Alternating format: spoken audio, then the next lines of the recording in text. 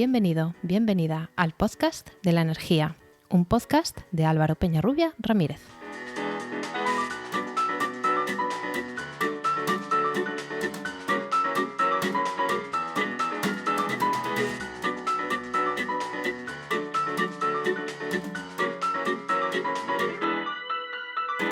Hola, hola. Recibe la bienvenida al capítulo 13 del 29 de noviembre de 2021 de El Podcast de la Energía, un podcast de Podcastidae, la red de podcast de ciencia, medio ambiente y naturaleza. La energía fotovoltaica está completamente en auge.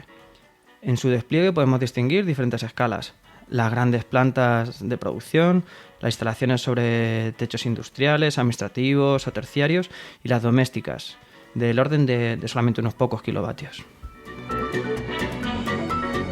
¿Y si te digo que existe un ente que puede agrupar consumidores con una mezcla de uno o varios de estos tipos de instalaciones de producción renovable con el objetivo de buscar beneficios medioambientales, económicos y sociales de sus miembros?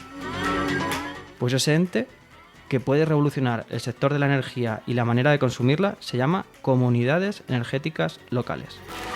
Y hoy tenemos en el podcast de la energía a una persona que investiga sobre ellas. Le damos la bienvenida, él es Álvaro Manso Burgos. Hola, ¿qué tal, Álvaro? Muy buenas. Gracias por invitarme aquí. Nada, a ti por estar. Además, Álvaro, me encanta que me hayas invitado a hablar de este tema, de las comunidades energéticas, o como me gusta llamarlo a mí, mi pedrada personal. Así que, sí. Nada, pues desde luego, como te comentaba antes de empezar, para mí era un tema que me interesaba bastante y bueno, contacté con la cátedra en la que estás y bueno, vi que una de tus líneas de trabajo eran estas, así que dije, pues a por ella. Sí, actualmente estamos trabajando, tenemos muchas líneas, ¿no? Yo estoy concretamente enfocado en las comunidades energéticas locales y bueno, si quieres te comento un poco lo que hacemos. Sí, cuéntanos un poco en general, si quieres, de ti, de tu trayectoria, tu formación, cómo has llegado hasta aquí. Sí, bueno, yo estudié en realidad hace ya unos cuantos años ingeniería química y desde entonces cuando acabé lo que me llamaba la atención era más el mundo de la energía y me he estado enfocando y especializando en este sector. Primero hice un máster en hidrógeno y posteriormente he hecho otro máster en desarrollo sostenible en el sector de la energía. Y a raíz de esto entré en contacto con la Cátedra de Transición Energética Urbana de la Universidad Politécnica de Valencia y me ofrecieron participar en este grupo de investigación sobre comunidades energéticas y lo que hemos estado haciendo es simular informáticamente estas comunidades con un modelo matemático para probar diferentes variables, ¿no? Dentro de estas comunidades para ver cómo sería el mejor despliegue posible. Por ejemplo, este año hemos hecho una publicación en que hemos comparado las comunidades energéticas locales en la situación anterior a la nueva regulación del sistema eléctrico, o sea, la nueva tarifa eléctrica, ¿Sí? y con la nueva situación. Y hemos también hecho otro cambio, y probando también otro cambio que si a lo mejor es un poco más técnico, es los coeficientes de reparto sean estáticos o sean coeficientes dinámicos. Venga, pues vamos a dejarlo ahí y vamos entrando poco a poco, ¿vale? Venga, para Claro. empezar, cuéntanos, ¿qué es eso de las comunidades energéticas locales? Pues es una pregunta que se formula muy fácil, pero luego no tiene una respuesta muy clara, porque realmente no aunque es algo nuevo dentro de la legislación, es algo que lleva ocurriendo desde hace incluso un siglo y más fuertemente las últimas 3 décadas. Lo que pasa es que se hacía sin regulación alguna, entonces ha surgido de forma natural y de forma muy heterogénea. No obstante, desde 2016 la Unión Europea comenzó a desarrollar lo que han llamado el paquete de invierno o el paquete de energía limpia Uh-huh. y en este paquete está compuesto por 8 directivas y en 2 de ellas, bueno, 8 normas, y en 2 de ellas se nombran las comunidades energéticas. Yo esto lo quería decir porque en realidad hay 2 definiciones y es una a las que nos vamos a centrar hoy y la otra simplemente es para crear confusión y quería aclararlo, ¿vale? Está la la directiva del mercado interior de la energía. En esa directiva nombran a las comunidades ciudadanas de energía. Esa es la que no nos interesa hoy. esas son unas comunidades que únicamente pueden trabajar con electricidad.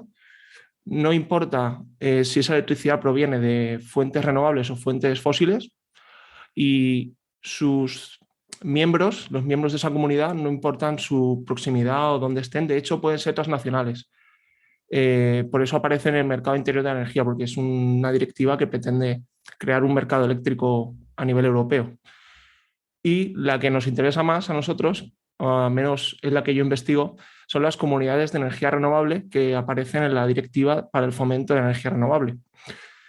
Estas comunidades tienen la particularidad de que pueden trabajar con cualquier tipo de energía, es decir, energía eléctrica, térmica, movilidad, rehabilitación de edificios, y sus miembros tienen que estar próximos al ente que controlen, ¿no? Normalmente se está desarrollando las comunidades energéticas alrededor de una instalación de autoconsumo compartido, aunque no es la única posibilidad.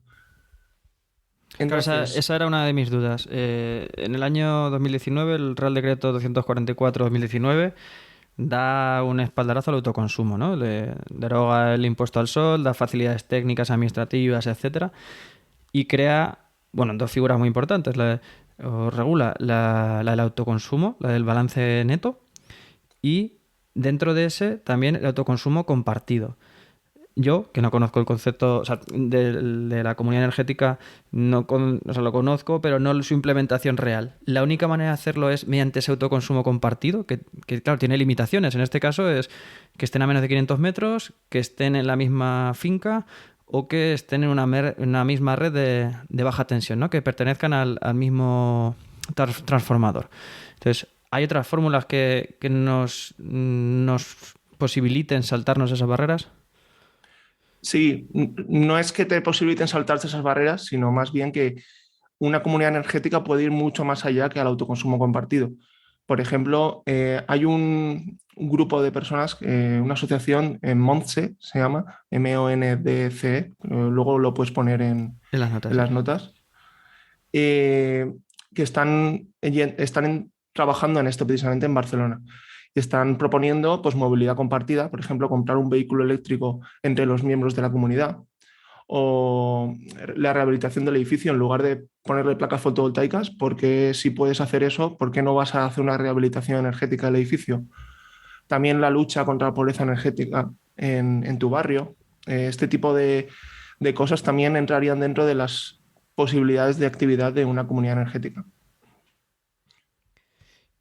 Bien, y o sea, hemos hablado de ese Real Decreto de autoconsumo.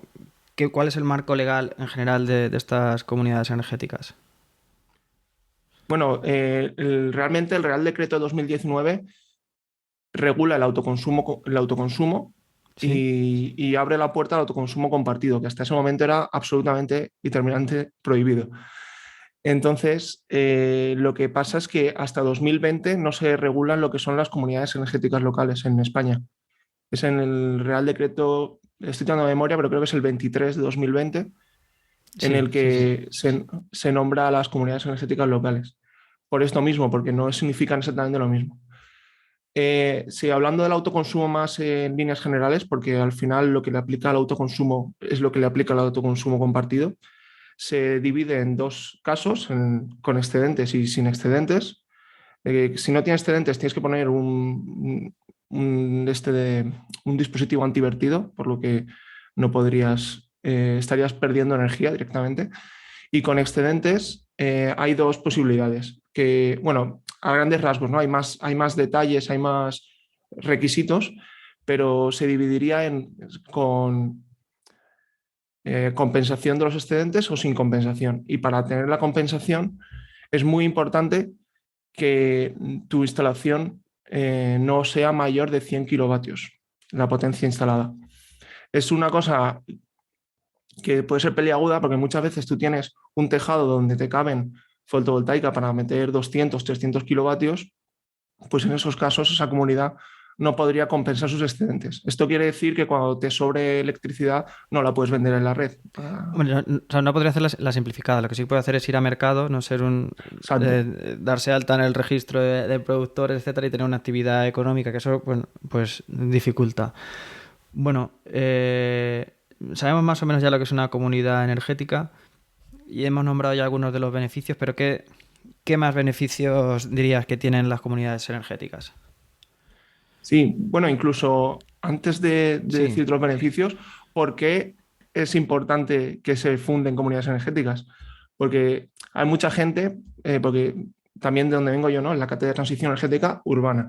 Entonces nos centramos mucho en lo que ocurre en las ciudades y si piensas en las ciudades en españolas, la mayoría de personas viven en un piso que no tiene su propio tejado o incluso, aunque lo tuvieran, no tienen los recursos para hacer su propia instalación fotovoltaica. Entonces, de esta manera, es una forma de posibilitar a una mayor parte de la población el acceso al autoconsumo y el acceso a formar parte de esta transición energética en la que estamos abocados y es inevitable. ya, la verdad es que ahora mismo hay un auge muy importante del autoconsumo, pero la mayoría en unifamiliares, ¿no? Es difícil ver comunidades de vecinos que instalen por varios motivos. Porque no se ponen de acuerdo o porque no surge la iniciativa en la comunidad o incluso porque no se disponga de techo. Hubo una época en la que estaban muy de moda todos los áticos y entonces hay poco techo común, luego añades a eso chimeneas, antenas, sombras de otros edificios, malas orientaciones y a lo mejor no nos quedamos con tanta superficie. Entonces hay que aprovechar las otras superficies que sí. Hablaba al principio también de edificios terciarios. En Baleares he visto que iban a hacer una comunidad energética alrededor de un colegio y eso sí que era un autoconsumo del Real Decreto. Entonces sí que tenía que estar a 500 metros del colegio y entonces tenía mucha superficie. Un colegio no es un edificio que gaste especialmente energía, entonces lo ponía a disposición de las personas que estuvieran alrededor. Y eso es una solución que, por ejemplo, en Valencia tenemos en el barrio de Malilla, hay un colegio en el que se está intentando hacer esto también. Y además es que uno de los puntos importantes es que tenemos que aprovechar este espacio, este tejado que tenemos en las ciudades, porque de otro modo no podremos, tendremos que usar las grandes centrales fotovoltaicas de las que tanta gente, por ejemplo, en Extremadura o en otras partes de la España vaciada se están quejando tanto. Igual tendremos que aprovechar y ser un poco más eficientes, como tú mismo dices, y aprovechar los tejados de las ciudades. De hecho, en la cátedra hemos publicado, y es con una de las cosas que me comentaste que habías visto en nosotros, un informe que dice que en Valencia se tiene el potencial fotovoltaico suficiente para alimentar el 99% de la electricidad demandada a nivel residencial, que es el 37% del total. Esto solo es posible si aprovechamos todo el espacio que disponemos en los techos de las ciudades. Claro, esa es una duda que me surgió cuando leí el estudio, no entré en detalle de la metodología, pero me surgía esa duda de lo que acabo de decir. Cuando vemos techo, o sea, no sé cómo se ha tratado con algún sistema de SIG o de inteligencia artificial, o sea, no sé cómo se ha hecho, de valorar, o sea, una foto y en la foto estamos tomando, se distingue entre qué es una terraza y qué es un tejado. Estamos teniendo en cuenta un coeficiente de pérdida de espacio por esas sombras de chimeneas o sombras. Esas son las dudas que me surgen cuando veo este tipo de estudios de aprovechamiento de techo. Bueno, por desgracia no trabajé en este trabajo, pero creo que sí que lo que le he leído el trabajo y sí que se tiene en cuenta esas pérdidas de coeficiente. No sé si hasta qué punto se tiene en cuenta si en este espacio se podría, en este no, porque en este hay una terraza y aquí les gusta tomar el sol a los vecinos, pero creo que sí que tienen, por supuesto, en cuenta las condiciones técnicas, ¿no?, habituales de una instalación fotovoltaica, que una placa no se haga sombra a la otra y estas cosas. Luego, Y sí, perdona. no, simplemente iba a decir que me preguntabas por los beneficios, por si, no sé si querías ahondar en esto No, no, dime, sí, continúa.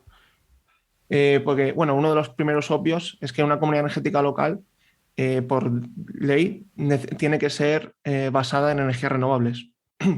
Entonces, pues un desplazamiento de los combustibles fósiles. Y una cosa que me gusta mucho, es muy interesante, Y es que si es una forma de hacer inversión por parte de la ciudadanía de a pie en energías renovables. Por lo tanto, estamos sacando ahorros que hay en los bancos, y estos bancos muchas veces es dinero que se estaba invirtiendo en combustibles fósiles. Por lo tanto, es directamente, no solamente que estemos invirtiendo en energías renovables, que se lo estamos quitando a los combustibles fósiles. Además, bueno, el hecho de acercar la generación al consumo a nivel técnico en la red reduce las pérdidas, aumenta la eficiencia del sistema eléctrico y, y reduce el consumo energético global. Sí, no es lo mismo la corriente nos venga de 100 kilómetros que de 100 metros, de 500. Efectivamente. Que no hay pérdidas por transformación, de pasar por varias centrales, etcétera, por varias subestaciones, etcétera. Sí, otro punto importante de este tipo de comunidades es que al ser en propiedad de la gente, de los miembros, ¿no?, de la comunidad, tienen un apoyo mucho mayor. No ocurre como pues lo que estaba comentando, ¿no?, en Extremadura y estas zonas, que hay un rechazo por parte de la población local hacia las plantas fotovoltaicas. En este caso, como son ellos los mismos que las gestionan, deciden dónde las ponen y las instalan y las operan, pues el apoyo es mucho mayor.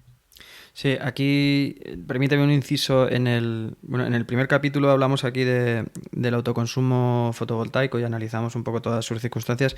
Y en el segundo, que lo que quería decir sobre todo, se hablaba de los impactos de las renovables. Hablamos pues, de eólica y de fotovoltaica sobre todo.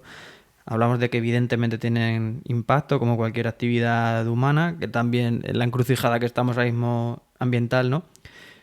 Pero también, sin ahondar demasiado, sí que hacíamos mención también que no solamente podemos basarnos en autoconsumo y en plantas que estén sobre techo. Has dicho ese 37% del consumo era urbano, ¿no?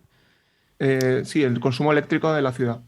Sí, luego pues tenemos todo el del transporte que tiene que tender también a una electrificación con cabeza, ¿no? No es sustituir todos los coches de combustión por uno eléctrico ahora, debería reducirse también el consumo, pero bueno, sí que quería hacer la mención esa, que yo sí que soy completamente partidario, como dices, de hacer las plantas allí donde menos impacto tienen, donde está tan antropizado como una ciudad, pero que sí que tenemos que ir de la mano también con otras grandes plantas, sin que una nos haga perder de vista la otra. Ahora mismo parece que solamente estamos en esas grandes plantas y no se tiene el apoyo suficiente para estas comunidades energéticas o para autoconsumo o la instalación en entornos urbanos, ¿no? Pero bueno, quería hacer esa mención, que aun prefiriéndolo, pues es verdad que no podemos decir todo aquí, paremos las grandes plantas. Sí, totalmente. De hecho, bueno, por ahondar un poco en ese, si ves en el Plan Nacional de Energía y Clima, se aspira a unos 39.000, creo que son 39.000 megavatios de energía renovable para 2030, y de esos 39.000, 9.000 serían de autoconsumo, es decir, aproximadamente una cuarta parte. Bueno, supongo que la persona que ha decidido esas cifras habrá hecho sus números. A mí me parece que podría estar más equilibrado. O sea, entiendo perfectamente que hay una gran parte que va a tener que venir de grandes centrales, pero en mi opinión podríamos intentar darle un mayor impulso al autoconsumo del que se está intentando dar en España, que se está viendo como un complemento a las grandes centrales cuando debería ser tal vez al revés, el autoconsumo ser una fuente principal o una fuente prioritaria de electrificación y las grandes centrales el respaldo. Uh-huh. No sé si... No, sí, estoy de acuerdo, sí. Bueno, entre los beneficios que también me comentabas antes, pues está el apoyo a la economía social, ¿no? Porque al haber plantas más pequeñas, pues también fomenta pequeños instaladores, ¿no? Imagino que va por ahí. Sí, bueno, incluso se vende en Reino Unido, en Escocia, hay muchas comunidades energéticas. Esto es donde, cuando hablaba de que llevaban desde los 80 instalándose así o generándose de forma más masiva, estaba pensando sobre todo en zonas como Alemania, Dinamarca, Escocia. Y allí, en Escocia, hay comunidades energéticas que los beneficios que generan económicos son, pues como no pueden quedárselos al ser sin ánimo de lucro este tipo de organizaciones, los están dando a ONGs locales, al club al club juvenil, a la biblioteca, cosas así, y se está generando una mayor comunidad dentro de estos barrios, se están generando una mayor redistribución de sus beneficios. Creo que estamos todavía lejos de llegar a ese punto, pero también es un horizonte al que podemos ir aspirando. Oye, una pregunta. Has mencionado varias veces la antigüedad de las comunidades energéticas y que no es Hmm. un elemento nuevo. Yo había visto, preparando el programa, una noticia de Enercop, que no sé si lo conocerás, que es una pequeña aldea gala, ¿no? Ahí de las distribuidoras energéticas, es una cooperativa de Crevillente, centenaria, creo, ¿no? Tiene mucho tiempo. Y he visto una noticia, Y así es. creo que 2020, que decía que hacían la primera comunidad energética de Europa. Y entonces me llamó la atención, digo, ¿cómo va a ser? Digo, o sea, no sé si es con Sí, arreglo, hablan de aciertan. Comtem, ¿no? Imagino. Sí, sí, sí. Entonces, pues imagino que será de acuerdo a alguna normativa, ¿no? O después de las directivas que nos estabas diciendo. Debe ser, es que en 2020 ya me parece incluso tarde, pero no, desde luego, no, debe ser a posteriormente a la fundación o sea, la publicación de la directiva. Pero ya te digo, desde los 80 se están generando cooperativas energéticas que funcionan del mismo modo en que hoy en día se define en la ley una comunidad energética. Lo Noviembre que del pasa es que 19 tenían estoy otro viendo, nombre. perdón. Noviembre del 19. Entonces puede ser, 2019 Sí, sí, es que sí es que con es. Temen lo que has comentado. Sí, Comtem es la comunidad energética que han fundado en Crevillent, precisamente en el COP.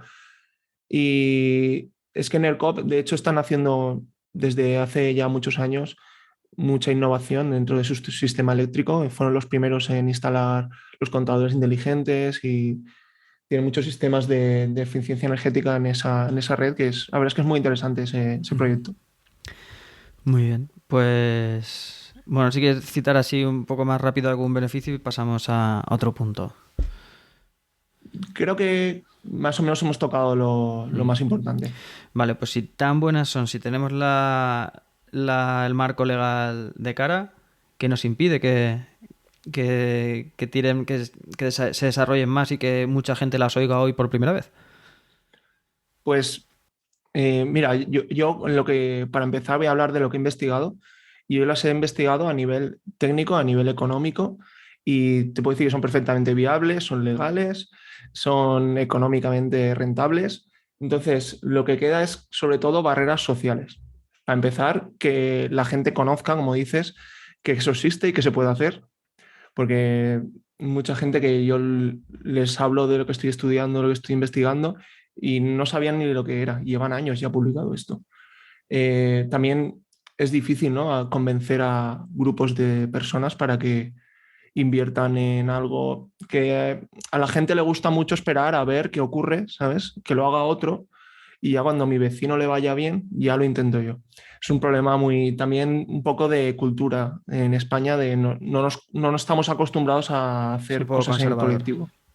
Sí, Sí, conservador y lo que has dicho, y poco espíritu colectivo, ¿no? Una de las ventajas que decías en la construcción de comunidades más fuertes, comunidades en el sentido amplio. Cuando esa comunidad la particularizamos en una finca, estamos hablando de una comunidad de vecinos y no parece el ámbito más favorable para tomar este tipo de decisiones conjuntamente, ¿no? Ese será uno de los problemas fundamentales. O sea, sí, de hecho, si nos podemos pensar cada uno de los problemas que tiene para arreglar un portal, cambiar ascensor, pintar, etcétera. Entonces, esta es una más que además implica, pues gente verá ahí riesgo, es una inversión pues importante según el caso y habrá mucha gente que se pierda, que la haya intentado en sus comunidades, pero que sea muy difícil convencer a una mayoría en la comunidad. sí, por eso es también importante esos 500 metros de alcance que tiene una comunidad energética, que no nos quedemos solo en nuestro edificio, porque podemos encontrar a nuestros perfectos compañeros y compañeras en nuestro barrio. No hace falta que sea el de la puerta al lado exactamente. Pero entonces, ¿cómo podemos articular eso? O sea, yo quiero o sea, un autoconsumo compartido, hoy por hoy tiene esa limitación. Entonces, ¿cómo puedo yo venderle la energía directamente a mi vecino de 505 metros? A 505 no, no puedes. A este momento lo que haces es venderlo a la red. y si está a 505 metros no podéis formar parte de la misma comunidad. También te digo que esto es algo que está a puntito de cambiarse. O sea, no es, estos 500 metros en Francia, por ejemplo, son 2 kilómetros y hasta 20 kilómetros en zonas rurales. O sea, esto es algo que está por desarrollarse porque se han dado cuenta que 500 metros es poco. Claro, claro, es que decías que hablabas al principio de entidades transnacionales, pues eso está claro que no, pero 500 metros es poquito y como dices, en un municipio es que pues a lo mejor puede ser la escala del municipio para ciertos tamaños, o sea, estoy pensando en municipios de menos de 1.000 habitantes o así, podrían ser perfectamente. Sí, serían ya la propia, el propio pueblo entero podría ser una comunidad energética. Y bueno, ese es otra de las barreras. La normativa tiene muchas cargas administrativas, hay mucha burocracia detrás de formar una comunidad energética. Al menos de momento, ellos están prometiendo, cada vez que hablan de esto, los políticos prometen que van a hacer una ventanilla única. Es decir, un sitio donde puedas ir, preguntar y te informen de todo. A día de hoy, la realidad es que hay veces que vas, les preguntas y les tienes que informar tú a ellos porque no acaban de estar al día con todo. También los permisos de construcción, la ley de protección horizontal, la ley de propiedad horizontal, perdona, Sí. no estaba pensada para el autoconsumo. Entonces, tiene muchas trabas, hay muchas vueltas que hay que darle para poder conseguir fundar una comunidad energética. Sí, decías de ventanilla única y de burocracia. La guía profesional de autoconsumo del IDAE, que está muy bien, que yo la recomiendo, no recuerdo cuánto decía, dice, aquí tienes los 18 pasos que hay que cumplir para hacer una instalación de autoconsumo. Claro, luego también se supone que la regulación tiene un espíritu garantista y dice, bueno, pues industria tendrá que tener un boletín de la instalación, ¿no? Pues es que la comunidad autónoma tendrá que registrarlo en su registro de instalaciones y la distribuidora tiene que tener conocimiento porque si estamos produciendo por todas partes, antes teníamos 4 puntos de generación gordos y sabíamos dónde estaban y si se apaga uno se enciende otro, eso está claro. Ahora si tenemos infinidad de puntos por ahí, pues tenemos que saberlo. O sea, también por seguridad de la red y por seguridad de quien trabaja ahí. O sea, no puede ser que alguien vaya a arreglar un cuadro en tu portal y porque tú estés inyectando de manera pirata, resulta que se queda alguien pegado. Entonces, pues hay procedimientos que sí que son necesarios hacer, pero que es cierto que todos juntos suponen una carga importante de burocracia. Sí, desde luego todos esos pasos hay que cumplirlos porque si no, pues como dices, ¿no? Es muy peligroso que la red funcione sin control, pero a la vez hay que buscar formas de acercarlo a la ciudadanía si queremos que la ciudadanía esté en el centro, como decía el paquete de invierno, el paquete de energía limpia, ¿no? que ha publicado la Unión Europea. Su objetivo era poner a la ciudadanía en el centro de la transición energética. Si queremos conseguir eso, hay que acercárselo. No puedes esperar que cumplan todos los papeleos, todas las burocracias como si fueran ingenieros expertos en instalaciones de autoconsumo. Entonces, no es quitar las cosas, no es quitar, desregularizarlo directamente, sino facilitar o que haya alguien que les acompañe. Tampoco se están formando tantas comunidades energéticas como para que no se pueda gestionar. Ahora mismo en Valencia, por hablar lo que conozco más, hay dos que están a puntito de empezar y hay a lo mejor otras dos o tres que se están intentando formar. Que Pero ¿y no estamos hablando de decenas de proyectos. qué es legalmente una comunidad energética? O sea, ¿tiene una personalidad jurídica o es un ente que registrarse en alguna parte? ¿Cómo se constituye? Sí, es directamente un ente legal. La comunidad energética local es un ente legal en sí mismo. Lo que pasa es que es propiedad de los miembros, que pueden ser personas, pueden ser comercios, pueden ser incluso autoridades locales. Y sí, es como una cooperativa, ¿sabes? Una asociación, una cooperativa. Pueden elegir diferentes formas, pero bueno, desde 2020 ya directamente pueden ser comunidad energética local como una entidad en sí misma. Vamos a entrar, si quieres, en lo que has comentado al principio del reparto dinámico o estático en un autoconsumo y, en consecuencia, en una comunidad de energía. Claro, cuando tienes una instalación fotovoltaica y tienes 20 hogares a los que suministrar, por ejemplo, esa energía se tiene que repartir entre esos 20 hogares y tienes que saber cuánta energía, o tienes que decidir cuánta energía de la que estás produciendo va a cada uno de los hogares. Eso se decide con los coeficientes de reparto. Estos coeficientes de reparto, la ley hasta hace nada, hasta de hecho el 15 de noviembre creo que fue, cuando hubo un Real Decreto, ahora contaré, decía que esos coeficientes tenían que ser estáticos. Es decir, que si a ti te toca el 10%, a ti te toca el 10% en todas las horas del año. Da igual que no estés en casa, que te hayas ido de vacaciones o que los fines de semana es un comercio y eso cierra, no importa. Lo que tú decidas, eso es para siempre. Ujú. Entonces, por eso las comunidades energéticas lo que estaban reclamando eran coeficientes dinámicos. Hemos llegado a un punto medio. No son dinámicos, son variables.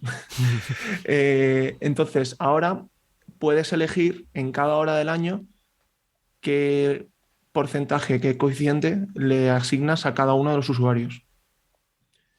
Es decir, pero eso el problema que tienes es que lo tienes que hacer al principio. O sea, tú puedes, el 1 de enero, le envías una carta, un punto .txt, literalmente lo pone así en la ley, un TXT, a la distribuidora y le dices, estos son los repartos en cada una de las horas del año. Y solo se puede cambiar cada 4 meses. Por eso digo que es variable. Lo puedes cambiar y puedes variarlo en cada hora.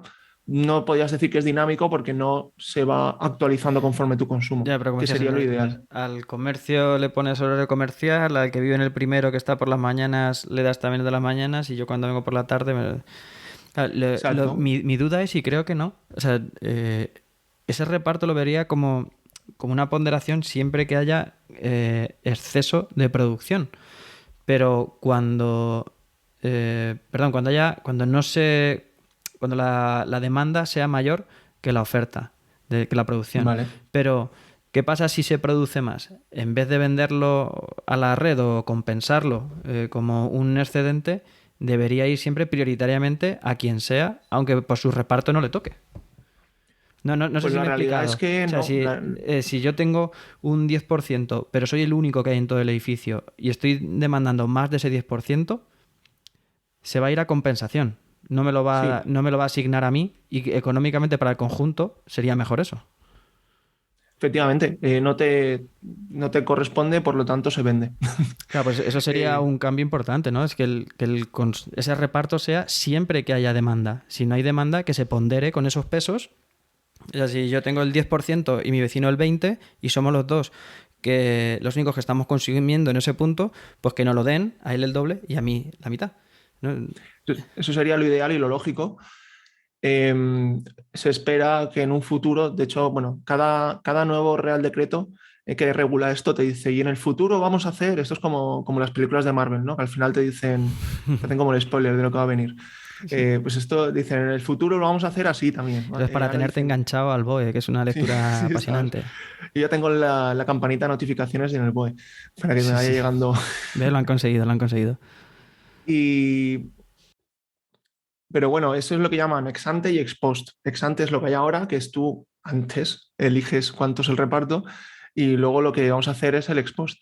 Tampoco es una cosa, por lo que he investigado, que es lo que le decía, que sea tan importante como pensábamos. O sea, nosotros antes de hacerle los estudios y hacer los números, pensábamos que esto iba a tener un impacto muy grande y luego resulta que si tú eliges bien unos coeficientes estáticos, la variación es del 5% más o menos Ujú. si solo tienes fotovoltaica, ha sido más importante el cambio de tarifa, el hecho de que cada hora valga un dinero diferente, Ujú. que bueno, sabes Sí, bueno, cómo explícalo funciona la un nueva poquito si tarifa, quieres. ¿verdad? Que sí, dar un repaso, un resumen rápido si Sí, quieres. tenemos horas valle, horas punta y horas llanas, ¿no? Intermedias. Entonces, una de las horas puntas son justo a mediodía, es cuando más producción solar podemos tener. El hecho de que en esas horas punta el precio de la red sea tan caro y a la vez sea cuando menos energía va a consumir la comunidad, cuanta Ujú. más energía, menos energía va a comprar, perdona, de la red, la comunidad, eso ha tenido un impacto mayor sobre la viabilidad económica de las comunidades energéticas o del autoconsumo compartido, mejor dicho, que lo que tendría hacer los coeficientes de reparto completamente dinámicos. Ujú. que es un resultado que no esperábamos obtener, la verdad, al No, principio. yo te he sacado el tema y te empecé a decir todo esto del 10% de mi vecino y tal, porque pensaba que también que sí. Sí, por eso es una cosa curiosa que hemos visto. Y, y bueno, realmente estamos, o sea, ahora mismo ya es muy rentable. Y imagínate si además le instalamos sistemas de almacenamiento, unas baterías. Ahora mismo no está claro si son rentables, porque tienen un precio todavía muy caro las baterías, pero están bajando los precios de las baterías de ion litio en los últimos 30 años. El año pasado hubo un informe que decía que habían bajado el precio un 96 o un 98%. O Sí, sea, entre las baterías y los módulos, la verdad es que es espectacular la reducción de costes. entonces te puedes imaginar que si tú tienes una instalación de autoconsumo y en lugar de vender a mediodía cuando estás generando más, cubres la demanda y luego almacenas para cubrir en el siguiente pico de precio, que es el de por la noche, que es el otro momento en que la red te cobra la energía a mayor precio, probablemente la rentabilidad económica sea altísima. De hecho, estamos hablando de que se amortizaría en menos de 10 años, tranquilamente, Mm, sin arriesgarme, sin pillarme los dedos. sí, sí. Muy bien, pues mira, si quieres vamos a hacer un parón aquí, hacemos una sección de ¿sabías qué? Y volvemos enseguida, ¿vale? Muy bien. Vale. ¿Sabías qué? ¿Sabías que el Athletic de Bilbao está creando la primera comunidad energética de la liga? El club bilbaíno, junto a Edinor, una filial de Petronor, comenzó en mayo de este año 2021 la instalación de los módulos fotovoltaicos en la cubierta de su estadio, el Nuevo San Mamés. Según cifras publicadas por el club, este proyecto conlleva una inversión de 150.000 euros, 300.000 equipos solares, que dicen en su nota de prensa, entiendo módulos fotovoltaicos, y con una potencia de 100 kilovatios.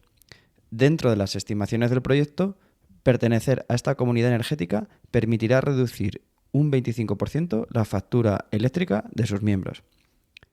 La comunidad energética de Dinor y el Athletic de Bilbao, denominada TEC por sus siglas en euskera de Tokiko Energía Comunitatea, dicen nace con el objetivo de llevar energía limpia generada en San Mamés a la afición rojiblanca, allí donde se encuentre. Por ello, aunque el modelo de Dinor se dirige a hogares en un radio de 500 metros, esta comunidad está abierta también a todas las personas que no viviendo cerca quieran acceder a energía renovable, para que puedan hacerlo al mejor precio por medio de una compra conjunta.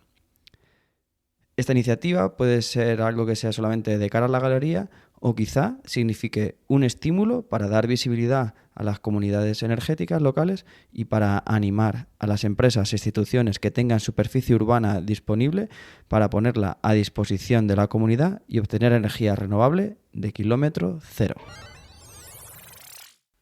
Bueno, pues después de este ¿sabías qué? Y ver que las comunidades energéticas son algo que están calando en muchos sectores, vamos a ver uno de los últimos puntos que me había propuesto Álvaro, y es que el papel fundamental que juegan los ayuntamientos en el fomento de estas comunidades energéticas, ¿no?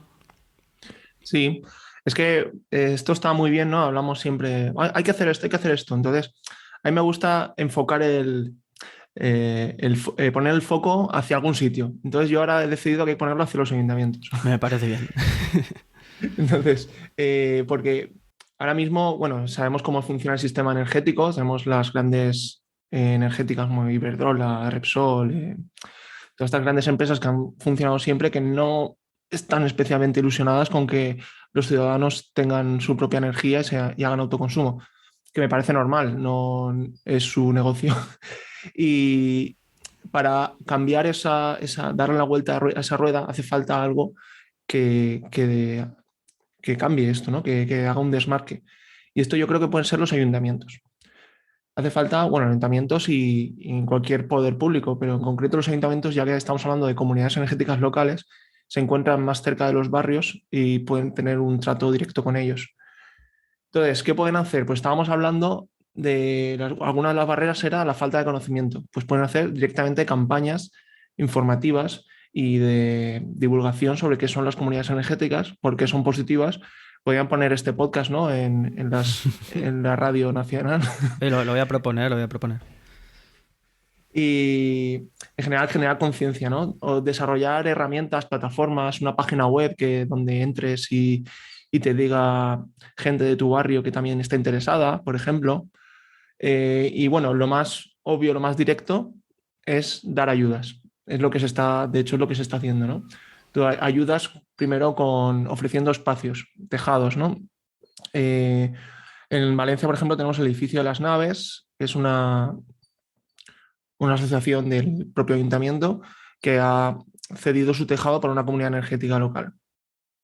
Tenemos colegios, tenemos polideportivos, todos esos espacios que son municipales, cederlos para que formen comunidades energéticas locales. Otra es dar directamente ayudas económicas. Te financio el 60% de la comunidad energética.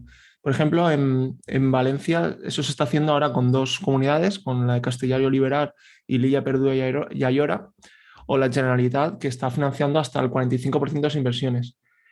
Y recientemente me has hecho llegar tú, de hecho, no lo había visto, el de la publicación por IDAE, de que han invertido 100 millones de euros en comunidades energéticas locales. Han hecho hasta el 19 de noviembre, había plazo para, Sí, además con para muy pedir poco estas plazo. ayudas. Eso hay que decirlo también, que algunas veces las ayudas llegan y dice, hay mucho dinero disponible. Luego las ejecuciones no siempre llegan al 100%, porque no siempre es tan fácil. Porque los plazos son los que son. Y si hemos dicho que hay burocracia para hacer ciertas cosas, como la instalación de autoconsumo, para justificar eso, es añadir aún más pasos y a veces es un infierno, ¿eh? Hay gente que renuncia a subvención y dice, bueno, por 1.000 euros no me merece la pena hacer esto. Pero bueno, es importante y la verdad es que me gusta que hayas empezado por decirlo de los tejados porque aunque yo sea evidentemente favorable a que haya ayudas tanto en ayudar a fondo perdido con subvenciones o incentivos fiscales en impuestos municipales o de cualquier tipo, a veces la ayuda no es solamente eso, a lo mejor la ayuda es derribar algunas barreras burocráticas, administrativas o de conocimiento y lo que iba a decir, y ofreciendo tejados. Que hemos dicho hace un rato lo difícil que es a veces contar con esos tejados o no con autorizaciones de los vecinos. Entonces, creo que una ayuda fundamental, aparte de la económica, puede ser la de poner a disposición espacio.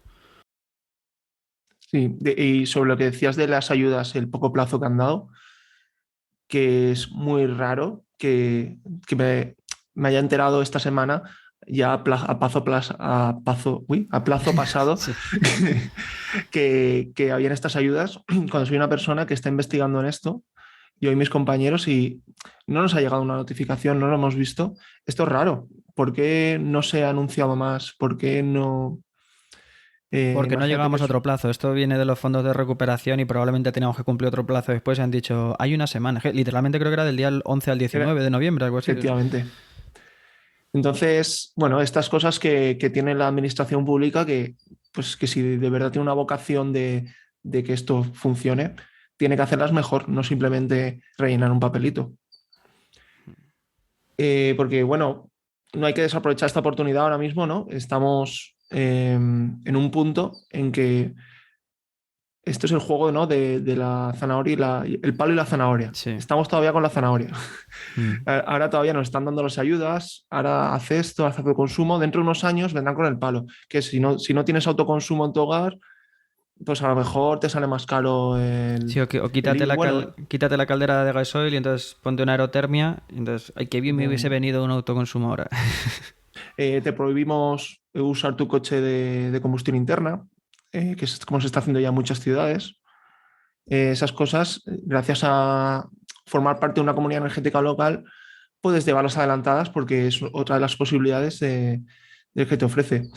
Y es el momento porque te están dando ayudas, no va a ser nunca más barato que ahora. Pues ha quedado claro el mensaje, ¿no? Para quien esté oyendo. Aprovechar la zanahoria, que el palo llegará. El palo llegará.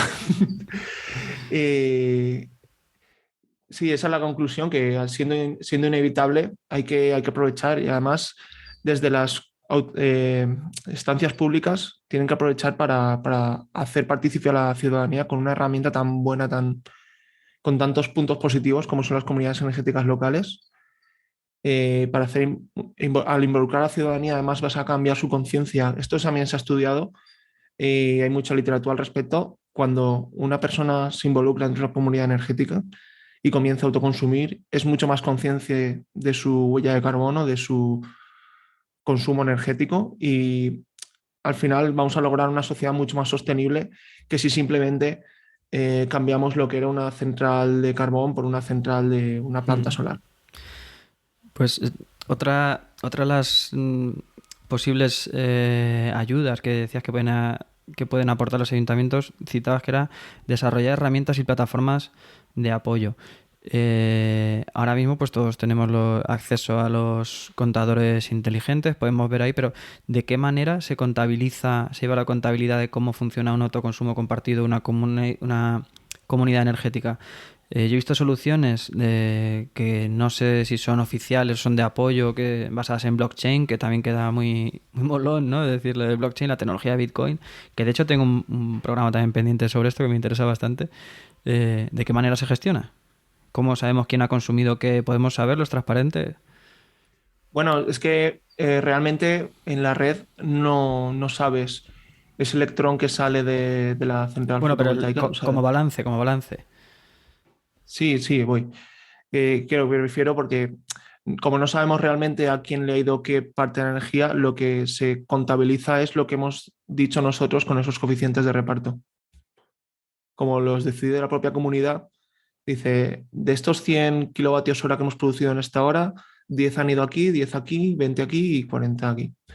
Entonces, se dice antes de, ¿sabes lo que quiero decirte? Es un porcentaje sobre el total de que se haya producido. Y tiene su propio contador.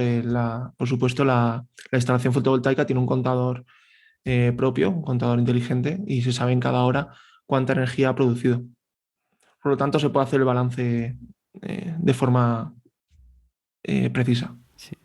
Bueno, para ir terminando, no sé si quieres añadir algo más de tu trabajo, tu investigación. No sé si conoces el podcast de Noosfera, de Ignacio Crespo, que les dejaba un minuto, decía vámonos de jerga. Entonces, en un minuto pueden soltar todos los palabras que quieran.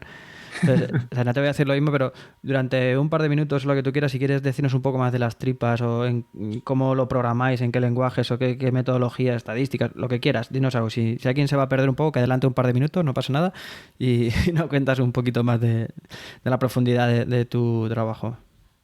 Sí, bueno, lo que hemos hecho ha sido imaginar cómo sería una comunidad energética, en primer lugar, ¿no? Entonces tenemos la placa fotovoltaica, tenemos las demandas, el inversor, y luego hemos incluido también baterías, vehículos eléctricos, ¿vale? Estos serían los elementos. Entonces hemos simulado matemáticamente, hemos dicho directamente cómo funciona un sistema fotovoltaico. Hemos hecho la ecuación matemática y lo hemos metido dentro de un programa informático. Hemos imaginado cómo funciona una demanda. Lo que hemos hecho es ir a los diferentes contadores de diferentes consumidores residenciales y comerciales de la ciudad.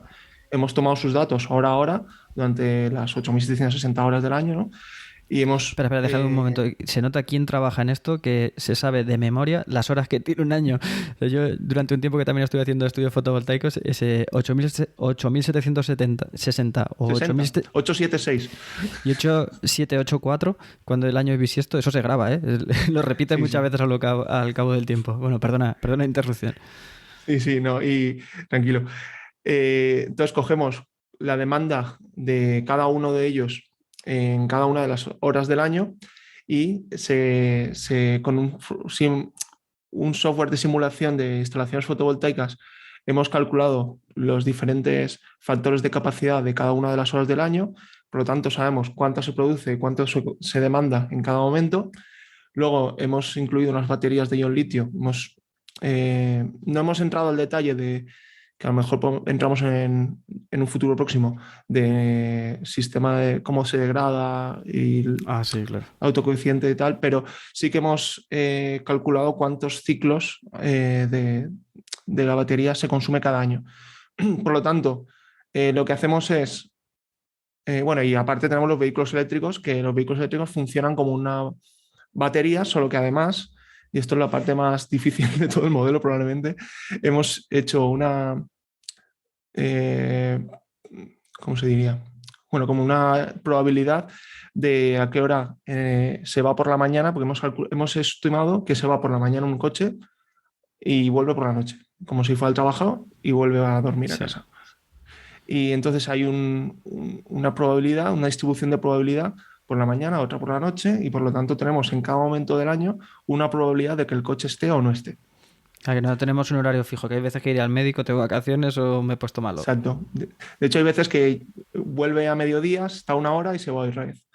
Entonces, en esas horas son las que podemos disponer del vehículo eléctrico como una batería. Es decir, sí que hemos puesto un límite de que no se puede descargar más de por debajo del 20, y un objetivo de que se cargue hasta el 80% al menos. Pero si tenemos necesidad de energía y el coche está a un 60%, podemos descargar en ese momento el vehículo eléctrico y eso se contaría y hay que compensarlo a la persona que use ese coche. Pero se puede usar el coche como una batería en sí.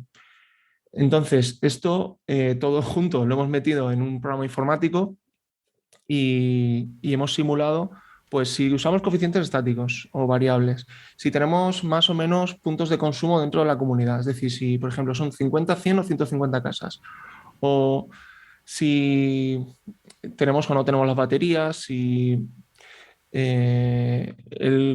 la participación residencial, si es un 25, un 50 o 75, la otra parte serán comercios. Con todo esto, lo que hemos hecho ha sido simular, creo que eran 432 escenarios diferentes. Estuvimos como 2 semanas simulando, porque encima lo hice con MATLAB, que me equivoqué, porque ahora lo estamos reescribiendo todo en Julia, que es otro lenguaje de programación mucho más potente para hacer esto.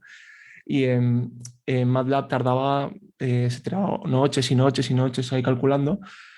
Al final, lo que hemos descubierto es que tanto baterías como vehículos eléctricos no siguen sin salir rentables, que las baterías, sin embargo, aumentan mucho el nivel de autoconsumo de los miembros de la comunidad. ¿Y cuánto de la energía producida se queda para consumir? Claro, porque en lugar de venderla a la red, lo estás almacenando. Y los vehículos eléctricos tienen la ventaja de que disminuyen mucho la huella de carbono de las personas de la comunidad, porque si comparas la huella de carbono de los kilómetros recorridos por el vehículo eléctrico y los kilómetros recorridos por un coche de combustión, la huella de carbono era muy diferente y compensaba el extra que supone producir un coche, ¿no? La batería y todo eso. Además, otra cosa que es otra probabilidad, de cada vez que se iba y venía no sabíamos cuántos kilómetros había recorrido. Es otra probabilidad que habíamos puesto ahí.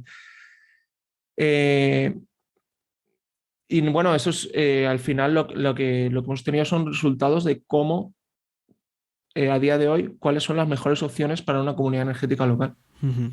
Yo creo que he cumplido bastante la jerga, ¿no? No sé si... Sí, no, está bien. Bueno, pues ya nada, para terminar, pues si quieres o hacer énfasis en algo de lo que hemos dicho o algo que nos hayamos dejado, alguna conclusión. Bueno, énfasis en que la gente que esté escuchando esto, que vaya y pregunte a su ayuntamiento, que busque en la web, que seguro que tienen puesto en algún sitio, en algún programa electoral o alguna propuesta de algo, comunidades energéticas locales, y que meta presión y que lo pida. Y que hable con sus vecinos a ver cómo montamos, en qué tejado vamos a hacerlo. Yo dentro de poco me voy a mudar y ya tengo mirados 2 tejados donde querría montar una comunidad energética local. Así que en todos los sitios podéis encontrar algo. Así que seguro, es cuestión de ir al ayuntamiento y pedirlo. Bueno, pues ahora haznos algún spam de valor, enlaces. El primero lo voy a decir yo, que ¿dónde te podemos encontrar? Que es en otro podcast al que hablas de energía, de una energía nada corriente. Así es. Es un podcast que tengo con unos compañeros vinieron cuando hicimos un máster de energía sostenible, o sea, de tecnologías sostenibles para el sector energético. Nos juntamos un grupo de amigos que una persona era de Brasil, otra de México, otro polaco y otro de Sevilla y yo que soy valenciano. Y dije, mira, esta biodiversidad de personas, esto hay que aprovecharlo. Y montamos un podcast y estamos hablando de sostenibilidad, energía. Estamos intentando hacerlo muy amigable y vamos con pocos o nada de recursos, pero vamos hacia adelante y de momento nos lo pasamos bien. Nos puedes buscar como Una Energía Nada Corriente tanto en Facebook, Twitter como Instagram o unaenergianadacorriente@outlook.com para hablar conmigo. Sí, y en cualquier reproductor de podcast lo encontráis y yo lo recomiendo, lo oigo, está interesante. Muchas gracias. Dinos dónde podemos encontrarte más. Sí, a mí personalmente en LinkedIn soy Álvaro Manso Burgos y en Twitter @seteburgos, ese soy yo. Muy bien. Pues nada, si no quieres añadir nada más, te agradezco mucho que hayas venido a contarnos esto hoy. Yo creo que ha resultado muy interesante, incluso la parte un poco más profunda creo que es entendible y nada, ojalá que a partir de hoy para algunas personas sea más conocida de lo que es una comunidad energética y que se animen a formar parte de una o incluso a crearla. Muchas gracias a ti, Álvaro, por invitarme. Estoy muy contento de haber podido estar aquí un rato de cháchara sobre comunidades energéticas. Eso es lo que se pretende, ¿eh? Esto no es una entrevista, es una cháchara. y muy, muy contento. Me gusta mucho además tu programa, he estado escuchando algunos y es un honor para mí además con la gente que has traído poder participar de esta ilustre lista. Pues nada, pasa otro ilustre a formar parte de la lista. Muchas gracias. Venga, un abrazo, hasta luego. Hasta luego. Hasta aquí el episodio 13 del podcast de la energía. Si te ha gustado, te sugiero que te suscribas. Si crees que a más personas les puede interesar, me ayudaría mucho que la compartieras. Y si lo que quieres es hacer una pregunta, comentario, valoración o corrección, lo puedes hacer encontrándome en mi perfil de LinkedIn, Álvaro Peñarrubia Ramírez, o en la página y redes sociales de Podcastidae, y en Twitter con el hashtag El Podcast de la Energía. Nada más, un placer tenerte al otro lado y te espero para el siguiente programa. Sé eficiente. Hasta pronto.